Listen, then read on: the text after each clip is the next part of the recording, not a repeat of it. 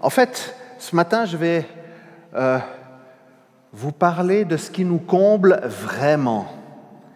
Ce qui me comble vraiment, c'est le titre du message de ce matin, parce que nous avons tous des attentes personnelles et certainement différentes pour nos propres vies, pour nos existences. Si je vous posais la question ce matin, quelle est votre attente pour votre vie, je suis sûr que j'aurais autant de réponses que de personnes ici présentes. Blaise Pascal disait « Nous avons tous un vide en forme de Dieu ». Vous connaissez, on le ressort à l'envi ce dicton.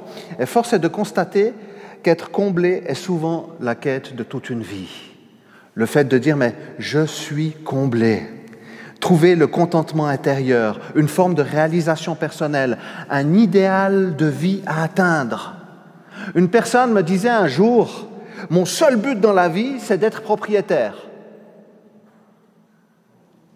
Et cette personne a mis tous ses efforts, tout ce qu'elle pouvait pour arriver à son but. Et certainement de constater, une fois que cela a été réalisé, que ce n'a pas vraiment rempli son être intérieur. Il y avait une satisfaction qui était là, mais il en faut souvent toujours plus. Et c'est aussi le principe du consumérisme actuel ou de la consommation actuelle. On n'est jamais satisfait de ce que nous avons et nous convoitons, nous achetons et nous déceptionnons. J'invente des mots. C'était pour rimer. La déception ne tardera pas à venir et le cercle sera sans fin. On cherche à combler un vide. Et nos attentes personnelles non comblées sont le théâtre de frustration. Frustration envers nous-mêmes, lorsque nous n'arrivons pas aux objectifs et que nous nous sommes fixés. Frustration envers le Seigneur. Frustration envers les autres. Quand notre attente est focalisée sur ce que la personne en face de moi doit, devrait ou pourrait me donner, eh bien je vais être de toute façon à un moment donné déçu. Et nous le verrons aussi ce matin. Le titre du message de ce matin, « Ce qui me comble vraiment ». Je vous propose de prendre Jean 4. Vous êtes avec moi? Magnifique, vous êtes au taquet. Alors, on va prendre deux portions de texte, parce que on va prendre le texte de la femme samaritaine dans Jean 4, les versets 7 à 18, puis ensuite nous prendrons les 27 à 38. J'ai décidé de couper ce passage-là ainsi. Donc Jean 4, les versets 7 à 17. Donc Jésus passe par la Samarie. Une femme de Samarie vint puiser de l'eau. Jésus lui dit « Donne-moi à boire ». En effet, ses disciples étaient allés à la ville pour acheter de quoi manger. La femme samaritaine lui dit « Comment, toi qui es juif, tu me demandes à boire, à moi qui suis une femme samaritaine ?»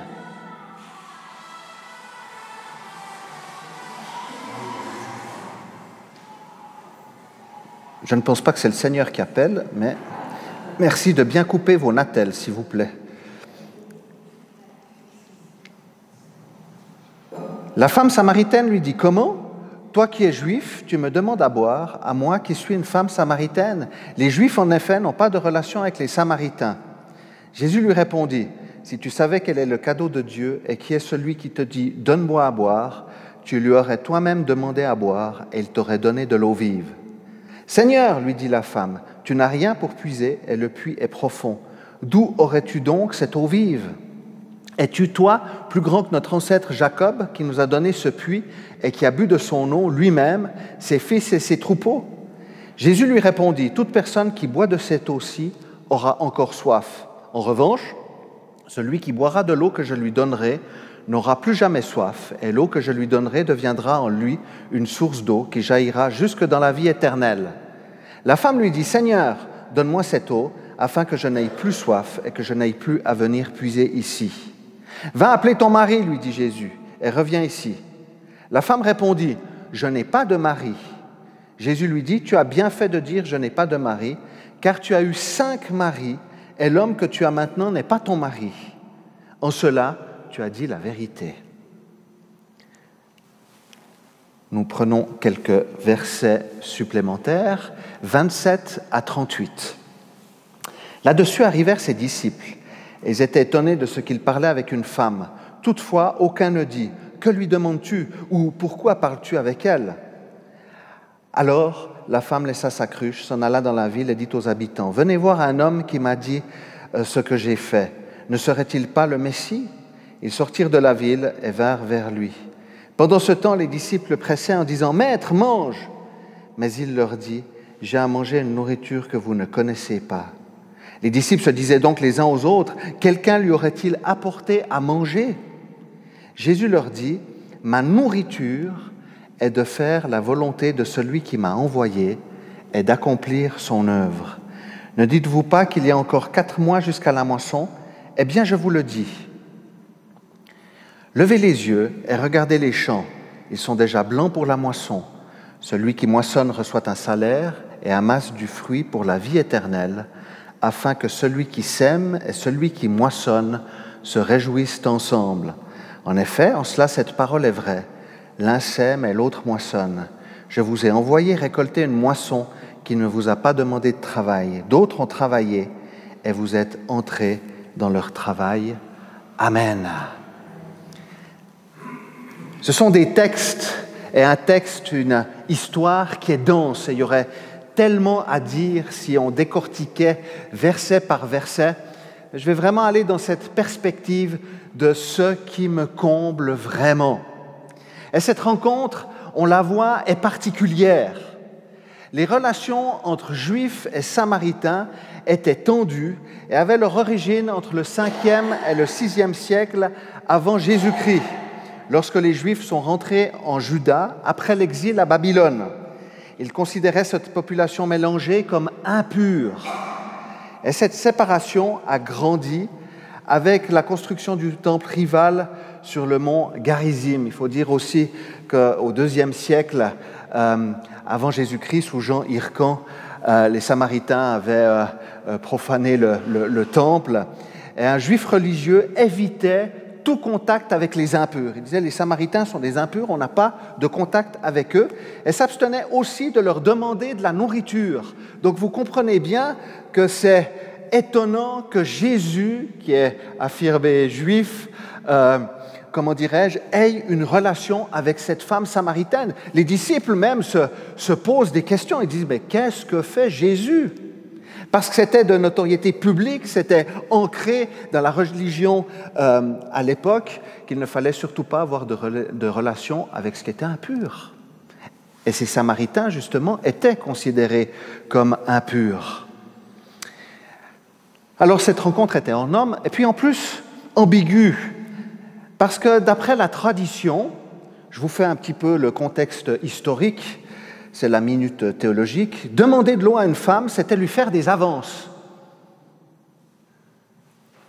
Alors peut-être ça change aussi un petit peu aujourd'hui, si je vous propose, je suis marié, si je vous propose de l'eau, c'est juste parce que j'ai envie de pouvoir vous apporter ce dont vous avez besoin. Isaac et Jacob avaient rencontré leurs futures épouses près d'un puits. D'après les rabbins, toute relation avec une femme samaritaine était interdite. Et le Seigneur voulait cette rencontre avec cette femme et discerne son besoin le plus profond, celui d'être comblé par quelque chose de plus grand que les hommes ou leurs traditions. Et on voit que Jésus va aller littéralement à sa rencontre. Celui qui boira de l'eau que je lui donnerai n'aura plus jamais soif. Et cette femme a une vie compliquée. Elle a eu 5 maris et celui avec qui elle vit, elle concubine, n'est pas son mari. Le texte ne nous le spécifie pas clairement, mais est-ce ou était-ce pour cette femme un moyen de combler un manque ? Le fait d'avoir autant de relations. J'ai regardé un petit peu un ouvrage théologique qui disait qu'à l'époque, les religieux, les rabbins considéraient que 2 ou 3 mariages, c'était encore acceptable. Je rappelle tout de même que quand on se marie, c'est pour la vie, n'est-ce pas ? On n'est pas dans la tradition rabbinique de l'époque, mais il faut dire que cette femme avait eu une vie assez compliquée où elle a eu 5 maris, elle vivait avec un homme qui n'était pas le sien. Je me posais la question, est-ce que cette femme, et nous en avons certainement tous, a eu un déficit d'amour ? Vous savez, quelque chose en elle qui n'a pas été comblée, une attente qui n'a pas été rejointe, un rejet qu'elle a vécu, des injustices qu'elle a subies. Et je pense qu'on en a tous, on peut tous se rendre compte à un moment donné ou à un autre qu'on peut avoir des déficits d'amour, qu'on n'a pas été aimé parfaitement comme on aurait souhaité, qu'on n'a pas été comblé comme on l'aurait désiré.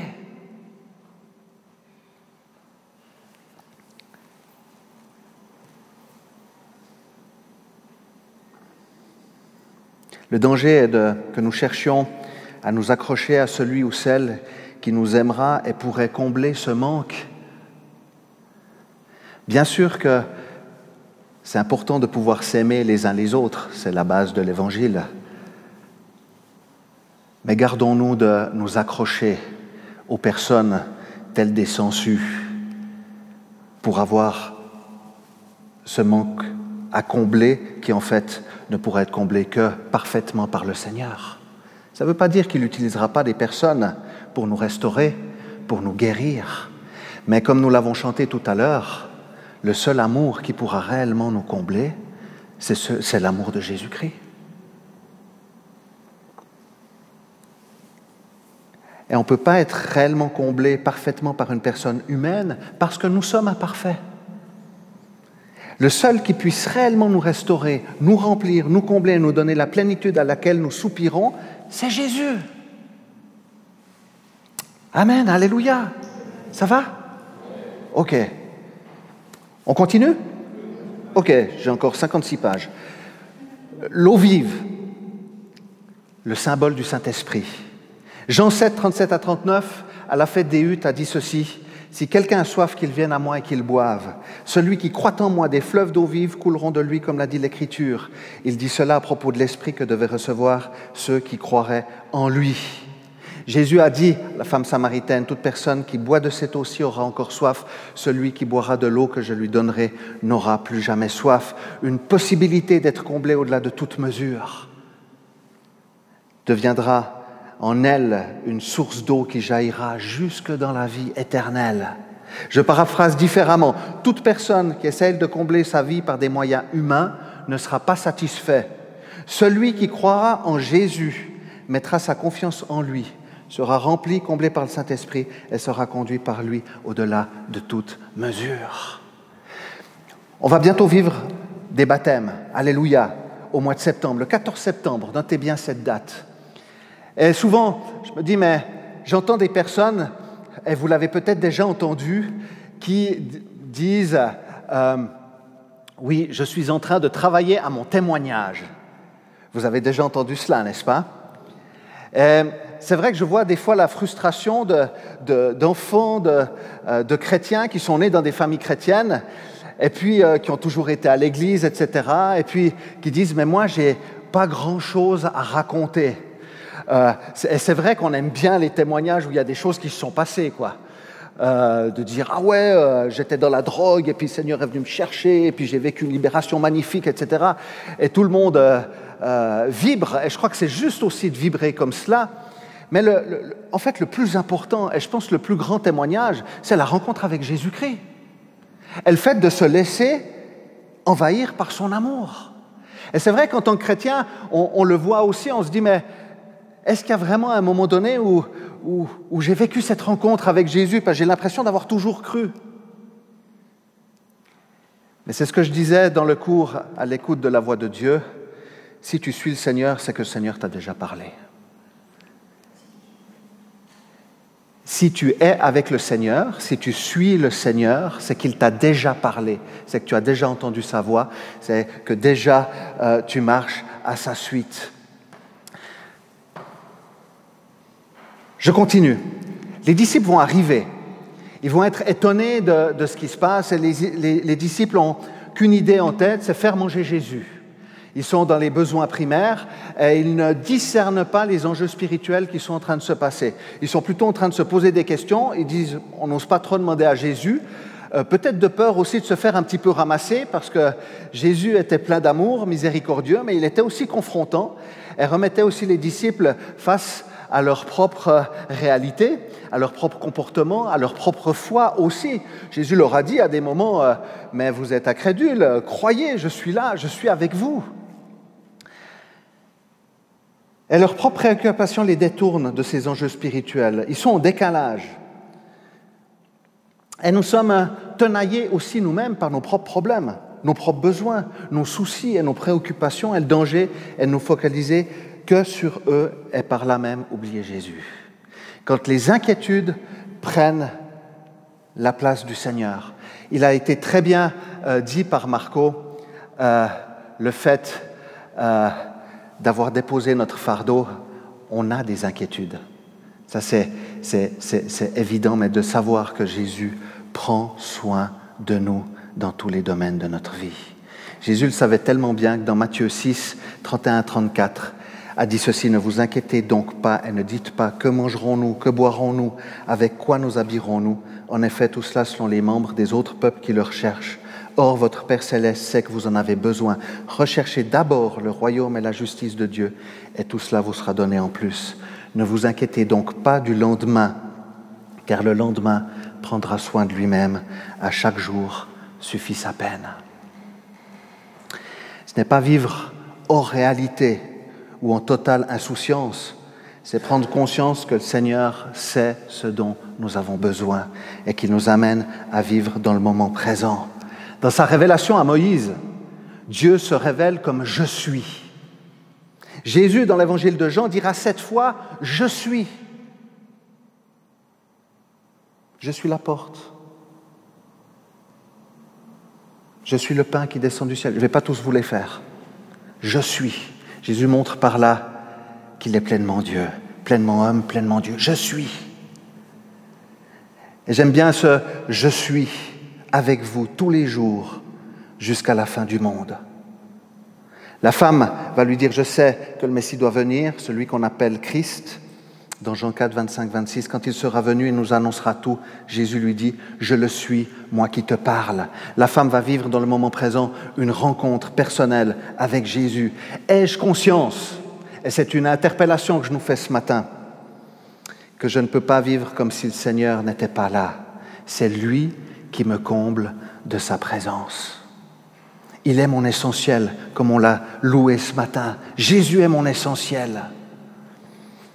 Et pour terminer, Jésus va répondre à cette sollicitation des disciples. Et cela m'interpelle grandement aussi par rapport à ce que moi je vis, par rapport aussi aux activités qu'on peut faire, à l'épuisement aussi, à la réalisation personnelle. Parce que Jésus va répondre d'une manière particulière à la sollicitation de ses disciples. Ma nourriture est de faire la volonté de celui qui m'a envoyé et d'accomplir son œuvre.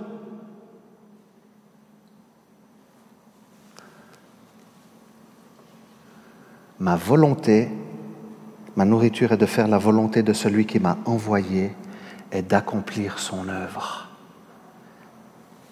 C'est ça qui comble réellement. Jésus leur dit, ce qui peut réellement me rassasier, c'est de faire ce que le Père me demande de faire. C'est fort, n'est-ce pas? Jésus fait certainement référence à Moïse dans le désert, qui explique au peuple que Dieu l'a éprouvé au désert car il voulait lui apprendre que l'homme ne vit pas seulement de pain, mais de toute parole prononcée par l'Éternel. Deutéronome 8, 3. On voit des parallèles, n'est-ce pas, avec l'Ancien Testament qui sont forts. Et accomplir l'œuvre de Dieu se situe sur 2 axes. Premier axe, la volonté générale exprimée dans la parole de Dieu, la Bible, est sa volonté de manière particulière, le dessein qu'il a prévu personnellement pour chacune de nos vies. Et nous pouvons tous paraître spirituels. Moi, je me souviens quand je suis né dans une famille chrétienne, pour celles et ceux qui ne le sauraient pas encore, et je me souviens, ma Bible prenait la poussière, j'avais reçu une belle Bible à ma confirmation, du reste où il y avait mon verset d'appel au ministère, je ne le savais pas encore, mais elle était dans cette Bible qui était brune, je l'ai encore dans mon bureau, si vous venez, puis que vous êtes gentil, je vous la montrerai, si ça vous intéresse, ce n'est pas une relique, n'est-ce pas? Il n'y a rien de bibliolâtre dans ce que je dis, Mais cette Bible qui prenait la poussière sur ma table de nuit et que le dimanche matin je dépoussiérais, et c'est véridique, et j'arrivais à l'église comme ça, tout fier, et tout le monde disait « Ah, c'est magnifique, regardez comme il est spirituel ». Mais au-dedans de moi, je ne l'étais pas du tout. La semaine, voilà, je vivais un petit peu comme je l'entendais. Je n'ouvrais pas ma Bible, mais à l'église, je me disais, il faut quand même que tu fasses pour paraître spirituel. Mais alors, qu'est-ce qui fait que nous sommes spirituels? Je suis persuadé que c'est dans l'amour que nous manifestons. Jésus a dit, si vous êtes mes disciples, vous êtes mes disciples, et c'est à l'amour que vous avez les uns pour les autres qu'on leur connaîtra. Aimer Dieu de toute notre force, de toute notre pensée. Aimer notre prochain comme nous-mêmes. Alléluia. Ce qui fait que je suis nourri, c'est entendre la parole de Dieu et la mettre en pratique. Que le Seigneur nous garde de nous attacher à quelque personne que ce soit. Ne vous attachez pas au pasteur, ne vous attachez pas à moi. Je suis imparfait et je suis incapable de combler vos besoins. Absolument incapable. J'ai déjà de la peine à me lever le matin. Non, je plaisante. C'est pour vous faire réagir un peu. Ne vous attendez pas à moi. J'ai presque envie de dire, ne vous attendez pas à votre conjoint. Ça va si je dis ça?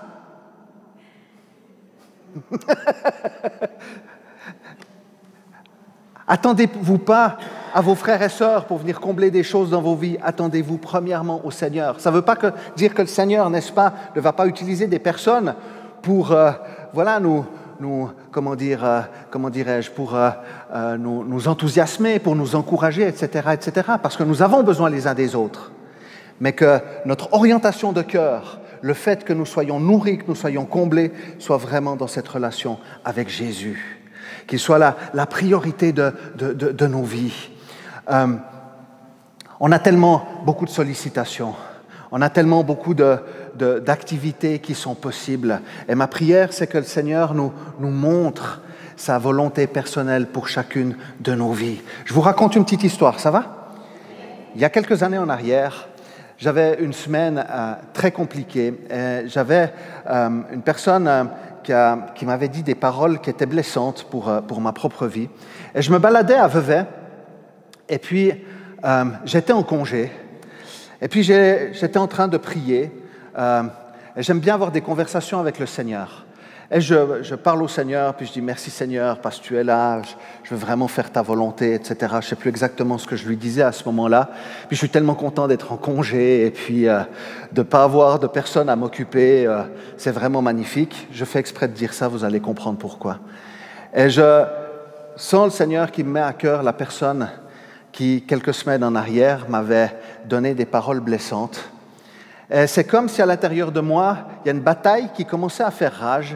Et c'est ce que j'ai perçu en tout cas, comme si le Seigneur me disait « Es-tu prêt à la rencontrer ?» Et à ce moment-là, j'ai dit « Non Seigneur, je ne suis pas prêt à la rencontrer, je suis en congé, j'ai besoin de congé, j'ai besoin juste d'être là avec toi, de profiter, etc. » Et je sens le Seigneur qui me dit « Mais moi, j'ai envie que tu la rencontres. » Je vous promets que c'est véridique. C'était une lutte intérieure. Et je dis, bon, de toute façon, je sais que je suis perdant parce que le Seigneur est tout-puissant et souverain. Donc oui, Seigneur, j'accepte de rencontrer cette personne. 20 secondes après, j'arrive à un feu piéton. La personne m'attendait à l'autre bout. Et c'était juste un moment fort où le Seigneur a pu restaurer ce qui avait besoin d'être restauré entre nous. Où tout d'un coup, il y a des paroles qui sont venues renverser la vapeur par rapport à ce que la personne m'avait dit. Gloire à Dieu. Être à l'écoute de la volonté du Seigneur.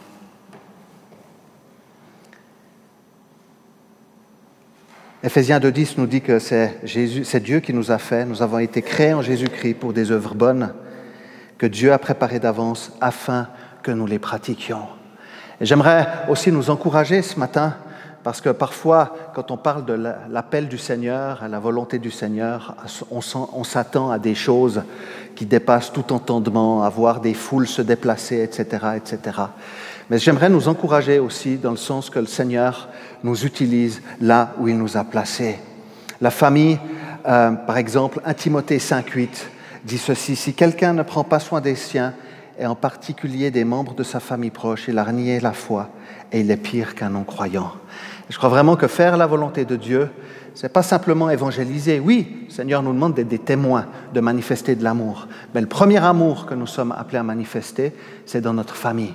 Que ce soit en couple, en famille, peut-être qu'il y a des personnes parmi nous qui ne sont pas en couple, mais c'est leur famille aussi plus large. Ça peut être aussi...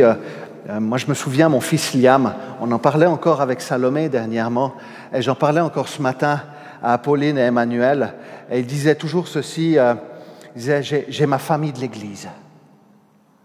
Et c'est tellement fort d'avoir aussi la famille de l'Église, de savoir qu'on peut aussi prendre soin les uns des autres.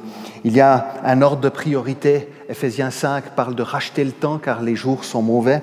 Et c'est à la fois une interpellation à se comporter selon les valeurs de l'Évangile et une interpellation à être constamment rempli du Saint-Esprit, louant, glorifiant et adorant le Seigneur.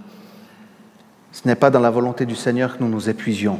Et je peux vous dire que je me prêche à moi-même parce que je me rends compte aussi qu'il faut parfois prioriser les engagements et se dire, mais en fait, qu'est-ce qui me comble vraiment? Qu'est-ce qui me comble vraiment? Le Seigneur désire nous faire entrer dans sa moisson. La moisson est grande, il y a peu d'ouvriers. Priez donc le maître de la moisson d'envoyer des ouvriers dans la moisson. Luc 10, 2. Et il y a une question de temps. Et je terminerai avec ceci. Jésus parle qu'il faut normalement attendre 4 mois avant la moisson, mais pourtant la récolte vient tout de suite après, dans ce contexte-là. Il parle bien entendu de sa rencontre avec la Samaritaine et les fruits qui en découlent. Et on va voir que cette femme samaritaine va tout de suite rentrer dans la vocation de témoignage, où elle va aller dans son village des Samaritains, et il y en a beaucoup qui vont se convertir. Elle va être un témoin magnifique, formidable. Et ce qui est intéressant de voir dans ce texte, c'est que Jésus va bousculer les codes. Jésus va bousculer les us et coutumes de l'époque en allant voir quelqu'un qui est considéré comme impur et aller à sa rencontre. Ce qui me comble vraiment. J'ai tellement besoin du Seigneur. Gardons-nous de nous attacher trop aux hommes, mais plus de nous attacher au Seigneur. Alléluia. Ma prière, c'est que nous puissions encore déborder. L'Écriture nous parle de la plénitude de Jésus en nous, de la plénitude du Saint-Esprit. Et j'ai vraiment envie de prier ce matin pour cela, que nous soyons comblés. Ce qui me comble réellement, c'est la bonté, la grâce et l'amour du Seigneur. Alléluia. Seigneur, merci pour ta présence, merci pour ta parole, merci pour mes frères et sœurs qui sont ici présents. Seigneur, merci parce que c'est toi qui nous combles réellement. Et je te prie, Seigneur, pour toutes celles et ceux qui, peut-être ce matin, peuvent se sentir vides à plusieurs égards. Eh bien, Seigneur, je te prie de venir étendre ta main.